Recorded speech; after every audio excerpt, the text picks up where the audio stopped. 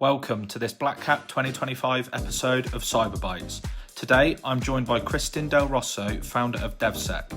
We dive into her early career in cybersecurity, including time at leading vendors, including a field CTO for public sector role at Sophos.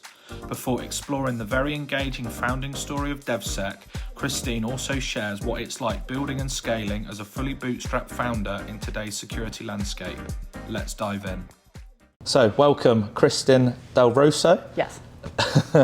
Co-founder and Managing Director of DEVSEC. Black Hat 2025 Cyberbytes. How are you getting on? Great. Adjusting to the heat as always and getting my steps in, but it's going really well. Good. How has the week been for you so far? It's great. Got in on Monday and have had, catching up with some teammates who have been remote, nice. Getting to see other people who are working with, good friends that you've known in the industry for ages. So it's been a very warm welcome back so far. Good. And what are the goals for yourself this week in terms of, obviously you're an early stage business, but what really are you trying to look to get out of Black Hat?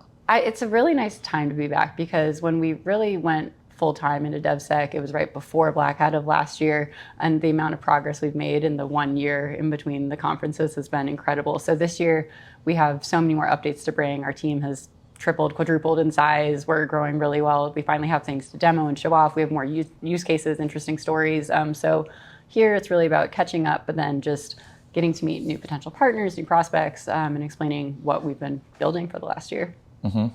Brilliant. And before we do get into that, I'd love to go all the way back to the start in terms of yourself and really how you got into the industry of cyber. What really strived you to become where you are today, and really a little bit about the background as well. Yeah. So I studied history and German in college. Wow. Did not do anything technical. That was really not where I thought I would be going. I wanted to do State Department, diplomacy in that range.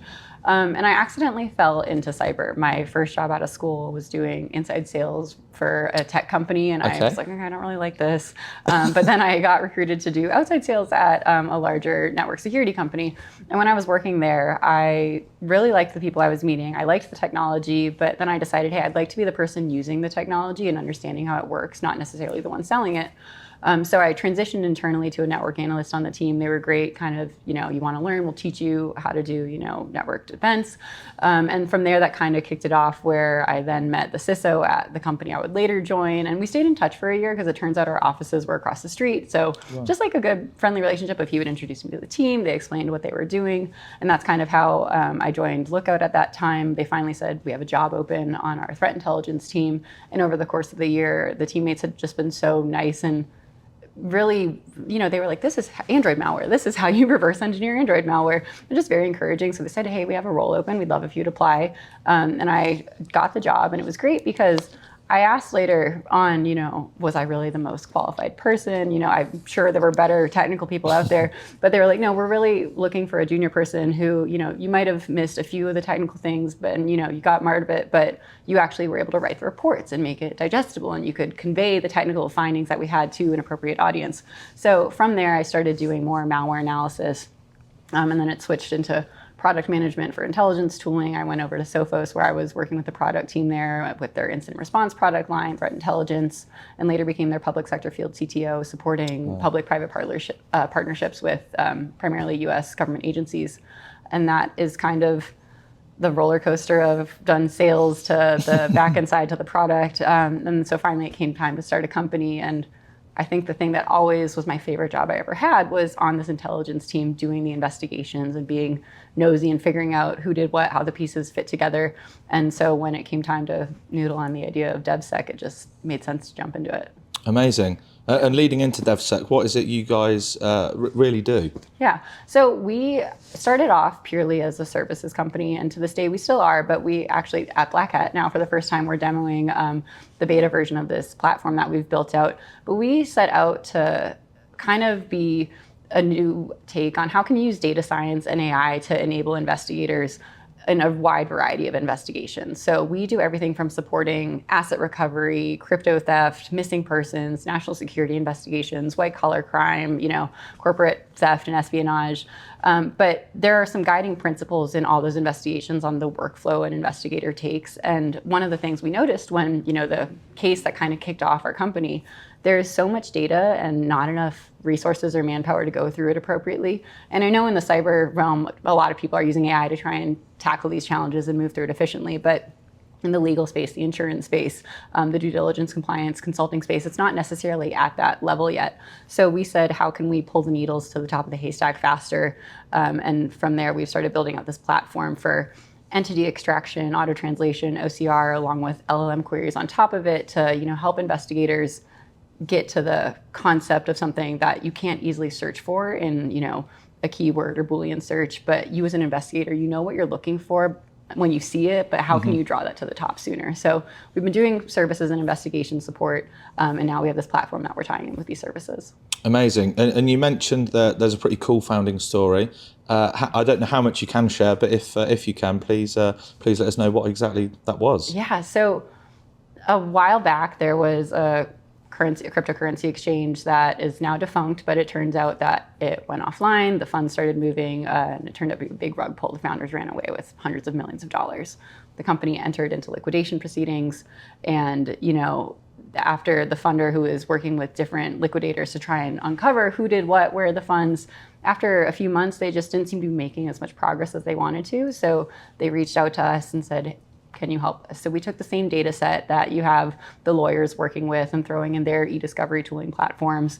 And we built out, again, this data ingestion pipeline to do all of these capabilities. And we found not only were we getting different results for, like, if we were searching a name, we would get 300 results and they're getting one because it just wasn't processing the metadata properly. It was very black box. And, the investigators on that side aren't necessarily technical, but we were able to succeed because we could almost, build the plane as we're flying it with like skunkworks engineering of, well, we got this dump of data, we know how to build out a visualizer for it, or we know what to look for here.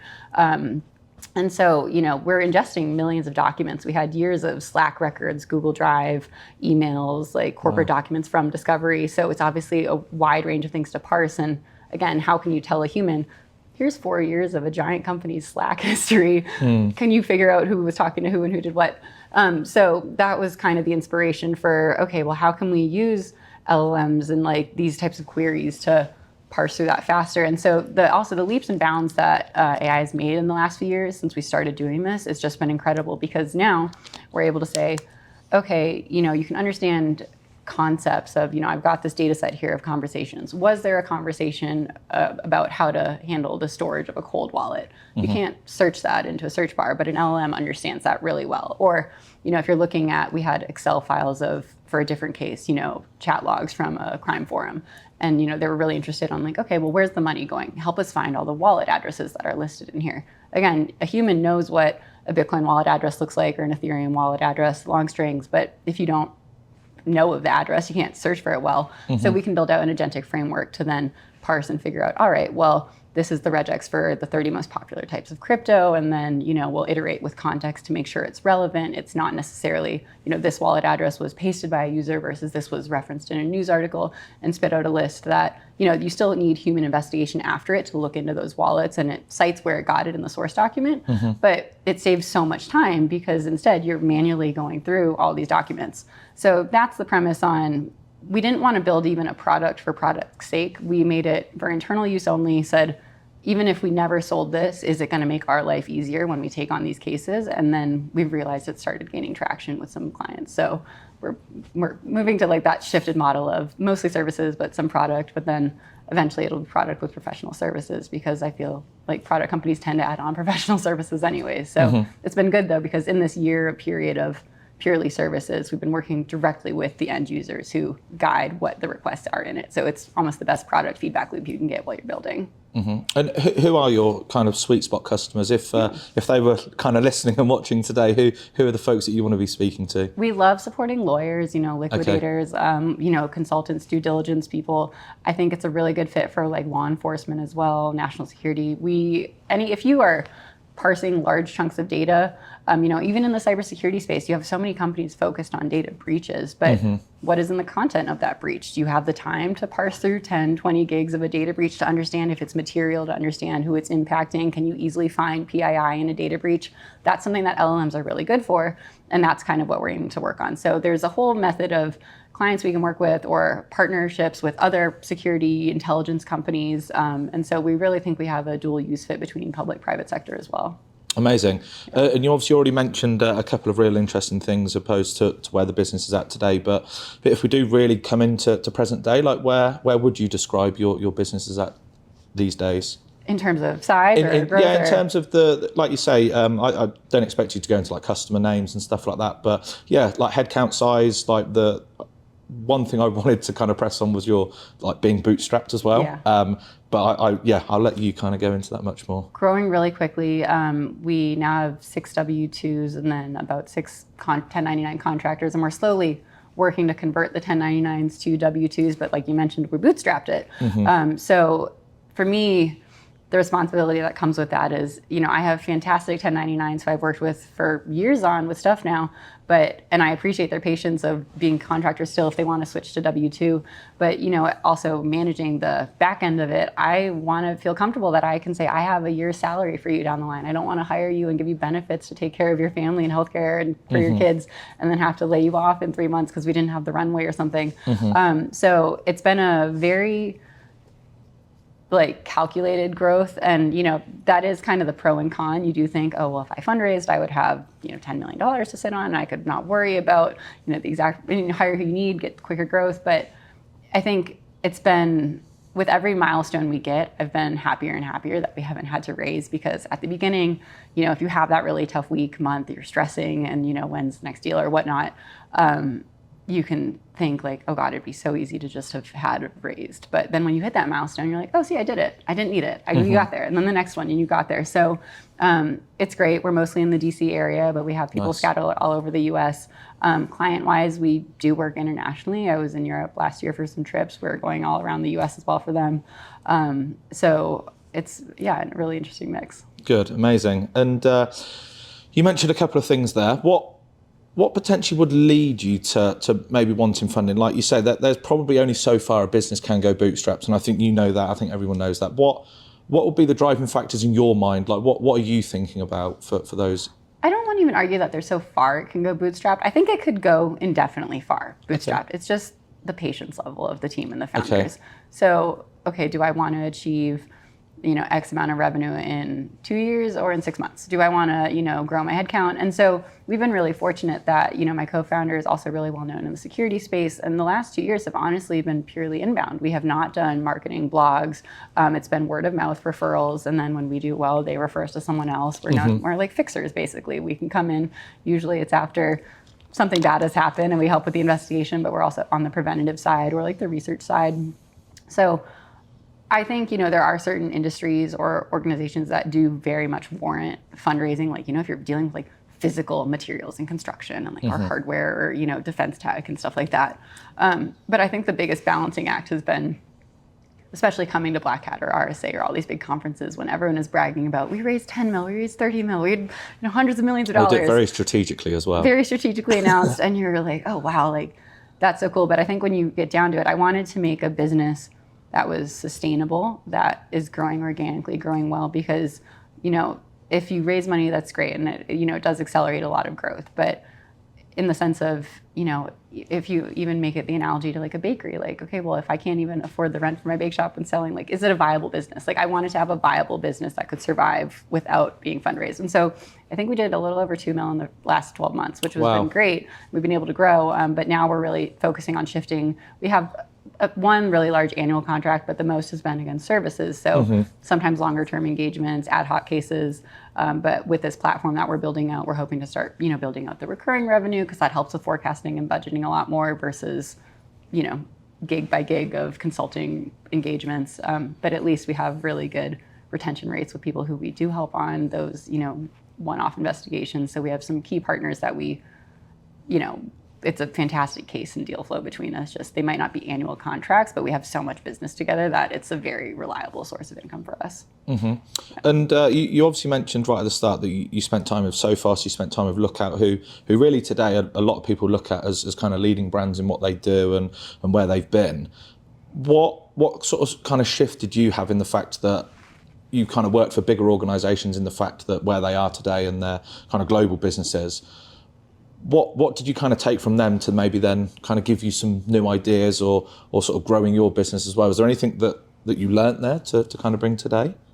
Well, I think one thing that is sometimes hard to imagine, but working at a larger company puts in perspective, is it almost takes off the blinder of, same with like salary discussions. If you're like, wow, I am making this much money, that's so much money. But then if you realize it's like a fraction of what someone else is making, it's inspirational to see how large a company can actually grow. Because I think some people have these self-constraints on them thinking, oh, I can only get to this size. Again, you don't want to just do meaningless growth to some level, but to see the success and how large, an organization can actually be and the reach that you have, that is kind of inspirational, instead of thinking, well, I'll be lucky if I have 10 customers and stay that way. So that's been great. But at the same time, we're at an interesting point with, again, the speed at which AI is developing. There's running jokes about people saying, yeah, we're going to be soon to see $1 billion company run by less than 10 people. AI is really allowing bootstrapped organizations to duplicate, triple, quadruple their resources. Right now we only have one full-time head of engineering who's working with some contractors as well as we did. We had some interns this summer, and that was great. But, even the tooling that helps developers move faster, that you can then bring in the manual code review and security reviews, AI has definitely been very critical for us to kind of scale the way we're scaling.